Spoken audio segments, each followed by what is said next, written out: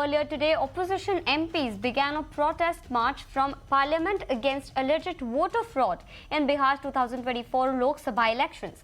Chaos ensued at the Delhi police as the Delhi police stopped hundreds of opposition MPs marching from Parliament to the Election Commission of India headquarters. Several India bloc MPs, including Rahul Gandhi, Priyanka Gandhi Vadra, Sanjay Raut and Sagarika Ghosh, were detained by the Delhi police and later released. Meanwhile, Samajwadi Party leader Akhilesh Yadav was seen jumping over the police barricade amid this protest. Meanwhile, let's also listen into some of the political reactions on this. वो actually बात नहीं कर सकते हैं, reality ये है, क्योंकि सच्चाई देश के सामने है और ये जो लड़ाई है ये राजनीतिक नहीं है, ये कॉन्स्टिट्यूशन की लड़ाई है, कॉन्स्टिट्यूशन को बचाने की लड़ाई है, वन मैन वन वोट की लड़ाई है। इसीलिए हमें साफ प्योर वोटर लिस्ट चाहिए। उनके मांग में कोई दम है क्या, आप मुझे बताइए तो।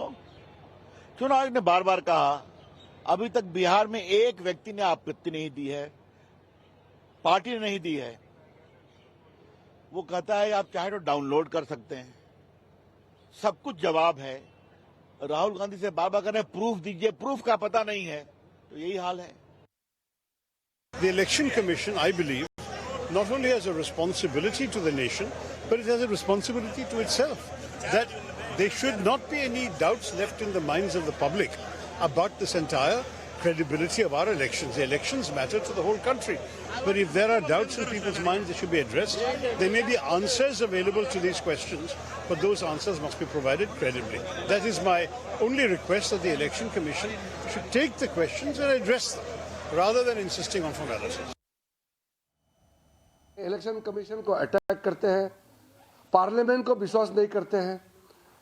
हमारा देश के जितना जो संवैधानिक संस्थाएं हैं उनको प्रहार करते हैं, तो ये किसके इशारे में और क्यों भारत का छवि को नुकसान कराने के लिए बार बार हर दिन ये नाटक क्यों करते हैं।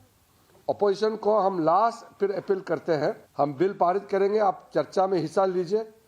कल को मत बोलिए कि उनको चर्चा में बोलने नहीं दिया, माइक बंद कर दिया।